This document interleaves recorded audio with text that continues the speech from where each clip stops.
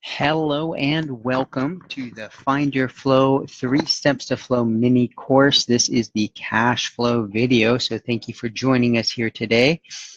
And so today in this video, we're going to be talking about what is cash flow. Well, according to Google, the total amount of money being transferred into and out of a business, especially as affecting liquidity. So it's not how much money comes in total, like the gross, it is how much you actually keep and how much you keep each month. So how much are you able to use for other things? How liquid is it? If you have money coming in, but it gets tied up, then it's not liquid, right? We can't use it to, and reinvest or use outside of the business to pay ourselves or anything like that. So that's an important concept. So for our purposes in cash flow, we're also going to be talking about our personal cash flow. So not just if we have a business, but what is our household cash flow, our personal cash flow? Are we able to pay the bills? Are we behind on the bills? Are we running at a negative cash flow? Hopefully not. So positive cash flow is the idea here, and ideally passive positive cash flow. So you are the average of the 5 people you spend the most time with. You've probably heard that quote before. Jim Rohn said it first, and the idea being that when we hang around people, as much as we may or may not like to believe that we are influenced by our environment, by the people around us, there are lots of studies that show that we are. And those studies, the law of average, as it has been termed, says that basically when you have a bunch of things together, you will get the average of them. And this quote here really ties back to that idea. If you said another way, it would be if you took the income of the 5 people you hang out with the most and you averaged it, you would be within probably 10% plus or minus your income would be. So that's kind of the idea here. So what does that mean? Well, if your finances are about the average of the 5 people you spend the most time with, are you hanging out with the right people? Now, this isn't to say, that people, that maybe make less money with you aren't worth your time or energy. You just have to be aware of these kind of things. If this is something important to you, what are the people around you spending their money on, their time on, their energy on? And is it is it aligned with your own hopes, dreams, wishes about finances or about financial freedom or about anything in life? What are the people that you spend your time with? What are their thoughts on it? What are their experiences with it? And is that what you want too? So how can you find a local mentor if you wanted to, let's say, improve your cash flow? If we buy into this idea that we are the average of the 5 people we spend the most time with, then maybe we want to upgrade. Maybe we want more cash flow. So we got to find somebody who's better at this than us. So maybe we're looking for a local mentor, somebody who we can look over their shoulder and learn from. Maybe we can hire a coach or a trainer, a financial advisor perhaps, somebody who is experienced with dealing with finances.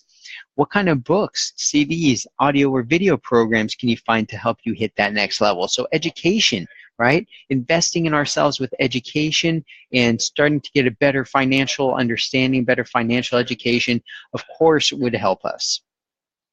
So what is this cash flow? Well, we know that where attention goes, energy flows.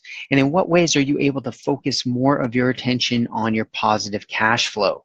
And what daily habits can you start to develop that will help you hit your financial goals? So when we talk about flow in general, we're talking about things that become so automatic, so unconscious that you don't even have to think about it anymore. So if your positive cash flow becomes so automated that it is passive, completely unconsciously coming in, that starts with developing certain habits, certain things that you do that put these things into play, that put the process into motion, that allows the systems to be developed or the products or services to be developed to allow you the assets, the income, the passive income, to be able to help you hit your financial goals. So what habits do you need to develop in your own life to be able to hit your financial goals?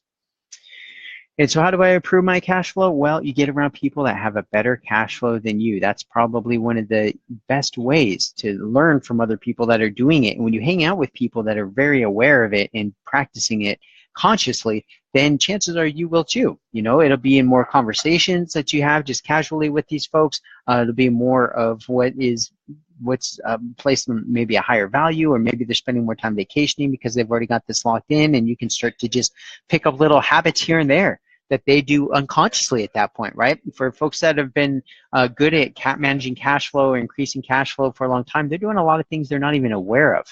And those are the kind of unconscious habits that we can start to develop if we're hanging out with folks that are at a higher level than us.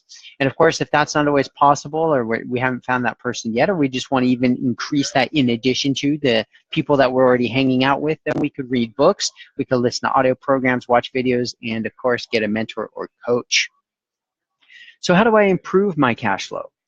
Well, again, there's different ways, but a couple things that we're going to be focused on with Find Your Flow in general is understanding the cash flow quadrant. That's a system that I first heard about, or a concept I first heard about, from Robert Kiyosaki, Rich Dad Poor Dad book series, and the Cash Flow Quadrant book, which really opened my eyes hugely and helped me understand the need to move from the left side of the cash flow quadrant to the right side. And I'd always been in that bottom left corner pretty much my whole life, and was happy with that. I was proud of myself. Yeah, man, I've been self-employed, and had all these businesses, or at least what I thought were businesses, but really just very fancy self-employment type businesses.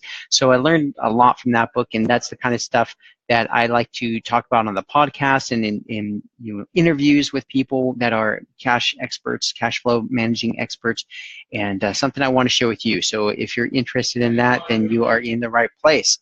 So to continue on this improving your cash flow topic, maybe you need to keep your day job so that you can develop a side hustle, or maybe you've already got a side hustle or side business that you're crushing, and using money from your day job and having that security is something important. There's a lot of people that say don't quit your day job, and I think there's a lot of value in that for keeping the lights on, keeping food on the table, keeping people fed, and way less stressed. I've done it both ways. You'll notice here I also have quit your day job right next to it. So for some of you, maybe it is that time to take that leap of faith into your full-time, into your side hustle, turn it into your full-time hustle or business, and be able to take it to the next level. Maybe that's all that's holding you back is your day job. I don't know. So that's something that maybe needs some soul searching. Maybe it's also something that you could get some professional advice on. So that's something to look into. So you can learn to make your money work for you. If you recall on the cash flow quadrant slide, on the left-hand side of the cash flow quadrant, we are working for our money. As an employee, you work for an hourly rate, you get paid an hourly rate. As a self-employed person, you are working for yourself, but still getting paid hourly, sometimes even less than hourly. On the right-hand side of the cash flow quadrant, you've got the business owner and the investor. And on that side, you have the business owner side, you have people working for systems in place that are making money and processes, and people running those business systems and processes, and that's where the money comes in. And then when you get to the bottom right of the cash flow quadrant, you get the investor cube, or investor square there, and that is where your money is actually working for you. So you put your money out there, and it goes out and brings its money friends back. So that is the highest and best use of the cash flow quadrant. So that's the goal there. So that's the basic idea with the cash flow. I hope you've enjoyed this and got a better sense of it. If this is something that interests you, definitely stay tuned and get involved with the Find Your Flow community and the cash flow community in particular here. And I'll look forward to seeing you inside there. And until next time, my friend, be flowing.